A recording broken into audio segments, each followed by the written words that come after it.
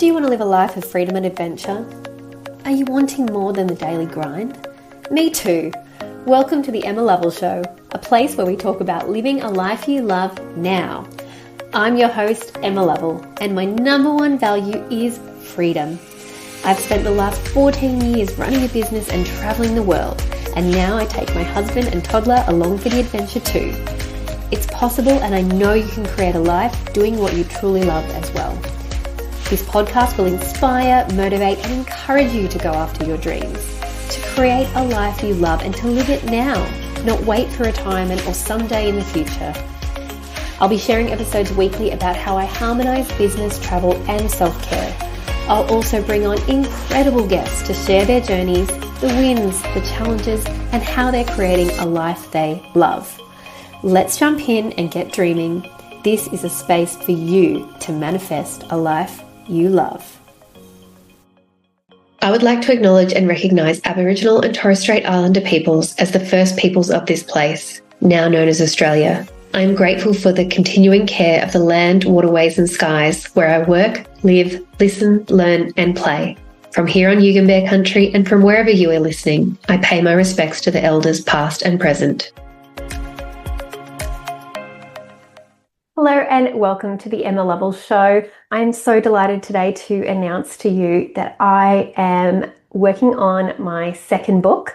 It's not the second book that I thought I would be working on. So my first book was The Art of Pleasure, which came out in 2024.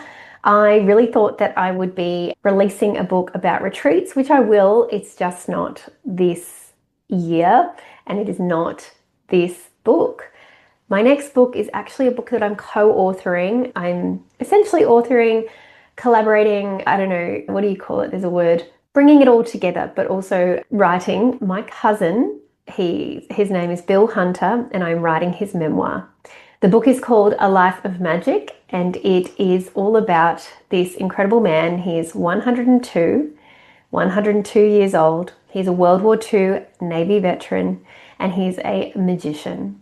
And his life truly is magic. It has been magic. He is magic. Yeah, he's a magician. He has been a magician for more than 80 years. He learnt magic during the war while he was hospitalized in Sydney, Australia, but he's actually from the US. So you might have seen, if you follow me on social media or have known me for a little while, I'm smiling ear to ear. So love talking about this. You might have seen that I go to the US a lot. I think I've been 16 times now, which is quite a lot if you don't work there or if you don't have family there, but I do have family there. He is my cousin, but he is my grandmother's cousin. So he's my first cousin twice removed. That means he's my father's mother's cousin. So my great grandmother and his mother were sisters. Yep. And so they are cousins, first cousins. They met, but the funny thing is that my grandmother was in the UK and Bill was born in the US. And then my father was born in the UK but brought me out to Australia. So that is why I'm in Australia and I'm an Australian. He is an American and our family is actually British. So we all came from England originally and all went all over the world. So yeah, we've kept a relationship over the years. My dad met him when he was young and then went to visit him a few times as an adult. And it was really in the 90s where my dad and my cousin really connected. And then he came out to visit us in Sydney, Australia in 1996. Dad says it's 96. I thought it was 95. But anyway, his memory is probably a little bit better than mine. And we will have to clarify that detail for the book. But I'll never forget this. Sitting in the lounge room, these two little girls, me and my sister, watching TV, and this man came up in like a Hugh Hefner style robe, red robe, and white hair, and he looked at us and he said, "Well, hello, dears. Would you like to see some magic?" And we're like, "Yes!" We were like 8. I think I was 8 or 9, and my sister would have been 5 or 6. And we were just obviously dazzled from that moment. He taught us magic tricks. Me and my brother used to do little magic tricks, magic performances at our vacation care and things like that. But we really took it on. I'm still very proficient in the magic coloring book trick. And I can also do the Chinese shuffle. So he's tried to teach me many more tricks over the years, but I haven't quite got them. But the thing is, tricks aside and his wonderful magic aside, he is a magic human. And I realized this truly when in 2009 I was in Mexico and swine flu came, so I decided to get out of there. And I asked if I could go and stay with my cousin and my brother who were in the US at the time. And I went there and I hung out with them. And then I went to Indy 500, which my cousin Bill has been performing at the Indy 500. He performed for 50 years in the suites and for the drivers and in the pits. And he's friends with many, many famous drivers from the Indianapolis 500. And he also knows drivers from the NASCAR. He loves racing, always has. So he found himself in that world. And we couldn't believe, yeah, he's like a celebrity at this track. And we're like, okay. And Dad had been, and we're like, that's cool. But my brother loves racing. But I just thought it was amazing to see all these people that knew him so well. And just every time we went somewhere, and I spent a month in the region with him, and he lives near Chicago, Illinois. Every person I met would pull me aside and tell me how he had changed their life or how he had done something special for them, or the first time they met him, or how he'd done this trick, or everybody had a story. And I thought, at the time he was 86, and I thought, this is so beautiful, but it's also so sad because we so often tell, we have all these wonderful memories or this love for this person, and we don't actually tell them and they never hear it. Probably the place you would hear it is at their funeral, where everybody gets together and tells all these wonderful stories about them. And I thought, that's not right. So I decided to make him a book. So 16 years ago, I started this project, and we did complete the project. We made a book. It's 111 pages, so we could honestly just print that as it is. It has been printed. So he says it's his book, and it is stories about him. And two of his friends and I, John Regan and Rick Sava, we basically stole his email and phone contact list, and we reached out to as many people as we could, and we got their stories. He's always like, oh, we didn't put this person in the book, or we didn't put this person. We're like, we did a lot. We couldn't find everyone, but we did pretty good. So we reached out to all these people, and they sent us all these stories, and I compiled it at the time. And then we presented it to him, and he loves it, and he takes it everywhere, and he's shown so many people, and he's made many, many copies. But that wasn't good enough for me. He has since made another book. He's an amazing historian and documenter of his own life. He has so many wonderful records. He keeps letters and checks that he's received and correspondence with employers and all this sort of stuff. He has so much collateral. He's made folders, and he calls them books, of memories and photos and captions and like basically scrapbooks of his life, newspaper clippings, all these amazing things that we have. This archive of history through his eyes, but also through history. He was born in 1923. And we have all of that. And he then has gone and really in detail written his Navy days, which is one of the most special times of his life. Despite that, obviously World War II was awful. He was on a merchant ship, and they supplied to the naval ships. So he was in the Navy, but he wasn't on a naval vessel. But he went all around. He was in Papua New Guinea, he was in Guam, he was in like so many places in the South Pacific, and then he was in Australia where he got sick from malaria and was in hospital. So he has very fond memories despite the sickness. They couldn't get him on a ship, so he had to stay in Australia till they could get on a ship. So he has very fond memories anyway. I'm not going to tell you the whole book, but he has documented that so much detail. And lovely, another man, Patrick, he was wonderful. He has put that into a book and printed that. So we have that book as well. But we need the whole story. Like, this man has lived for 102 years. And for me, the magic as well is not only the fact that he's performed magic for 80 years, he performed magic on his 100th birthday. It's not that he recalls things from World War II like it was yesterday and tells stories with such vigor and hilarity that you would think that had just happened.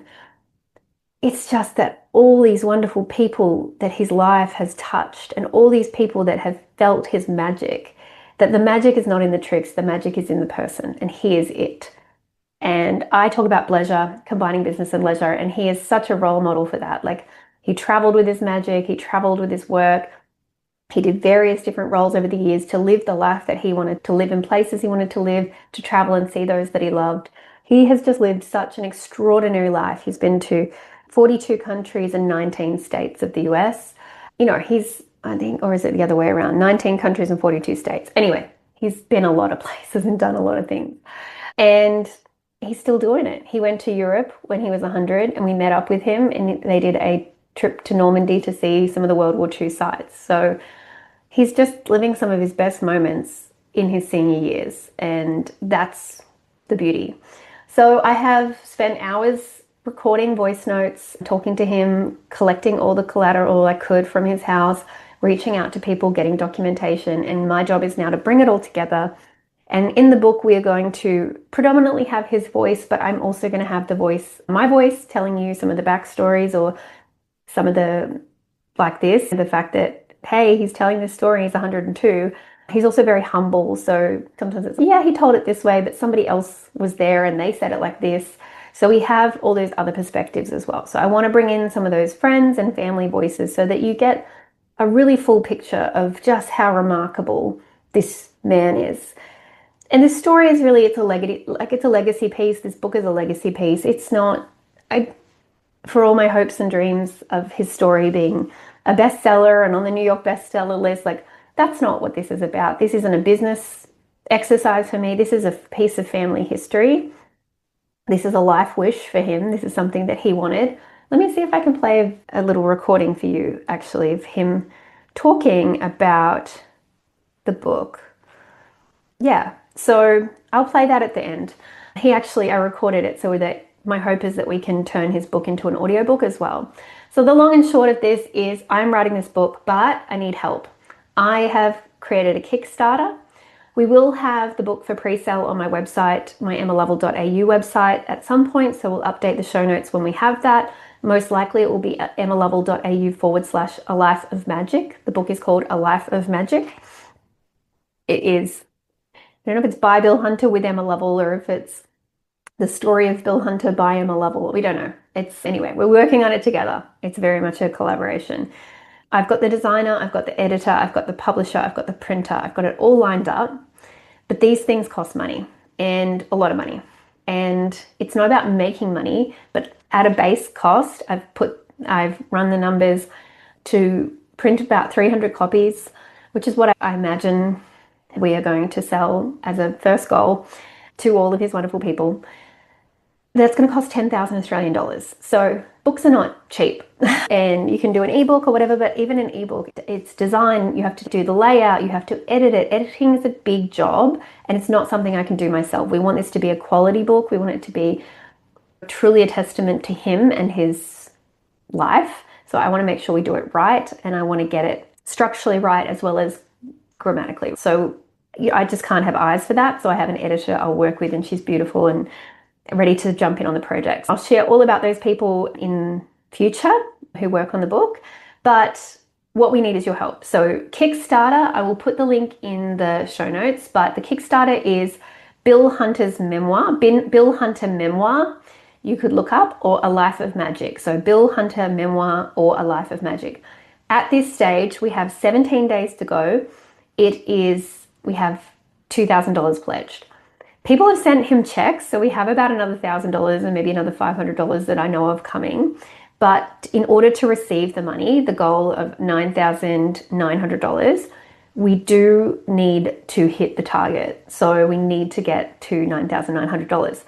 So if you think this is interesting, if you want to see this book come to life, you can pledge $10, which is just more of a donation and you'll get a thank you.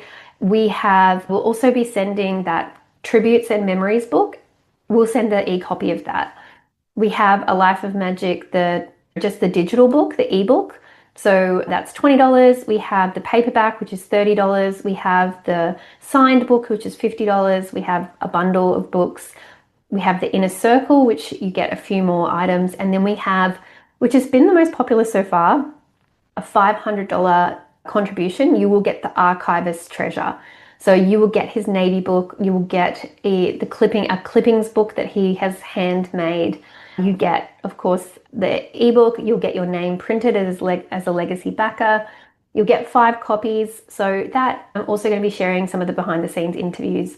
So some of those actual clips, voice clips. So we have a bunch of different rewards. I'm actually going to add one more, which will be a bundle of 10 books for $300. That includes shipping as well. Actually, no, I think we add shipping, sorry. We do have to add shipping at the end. So these prices don't include shipping, but they're all in Australian dollars. So anyway, it's very interesting as well executing a Kickstarter campaign for a 102-year-old because he can't send things out like I would love him to be doing. He's not so great on the email anymore, which is, he still does FaceTime, he still texts, great on the phone, but just finding a little more challenging on the computer these days. And so I wish we could just get this out on email, and if I could just grab his phone and text everybody he knows.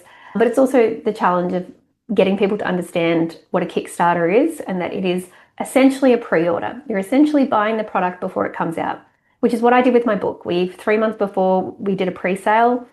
That's what we're doing. The book is set to come out in February 2026, ahead of his 103rd birthday. So I am working on it. We are writing. I'm meeting with the editor next month, but we do need these funds. So if you'd love to see this project come to life, I would really value your support. If it's not for you, but you just think, go you, please share the Kickstarter, please share this podcast, please share his story. He's an incredible man, and if for nothing else, please help me make his dream come true.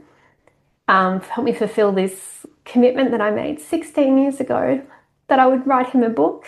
And we did, but I want it to be the true testament to him that it is. So I obviously had to go on my own author journey so that I could help him with this. So would love your support. Thank you so much. Of course, I'll share the journey. You'll see me as I go along, going through this process. Very interesting writing it for someone else. Yeah, I'll definitely share all the insights of that. And it's a memoir, so it's a different thing to what I've done before. So I did part memoir for my book. So it's definitely an interesting perspective. Anyway, let me just play this for you from Bill. So here is Mr. Bill Hunter. I always get to roll my R's when I talk to him, but this is Bill Hunter talking about his book. Good evening. I'm Bill Hunter, a 102-year-old World War II veteran. For years, I thought about writing this book of my life, and time goes on, and all of a sudden, my darling cousin Emma from Australia prompted me to do this. She is doing most of the work, but I want to thank everybody who's mentioned in the book and all the people who are going to read it. Thank you, Cuzzy. We love him, and I can't wait for you to see his book. So head to the Kickstarter. We'll have a page up on my website soon, emmalovell.au/A Life of Magic, and you can see all the links in the show notes. Thank you for listening today, and go out there and live a life that you love, potentially a life of magic as well. Thank you for listening, lovely one. I hope this has inspired you to dream big and start creating a life you love today. If you love what you're hearing, don't forget to follow and rate on Spotify, and rate, review, and subscribe on iTunes. It helps other awesome people to find this podcast and get motivated and inspired as well. Want to stay connected? Come and join the Live a Life You Love group on Facebook, or connect with me on Instagram, emmalovell.au. The same as my website, but all the details are in the show notes, lovely. I'll see you next episode for more inspiration, motivation, and freedom seeking. Now go out there and live a life you love.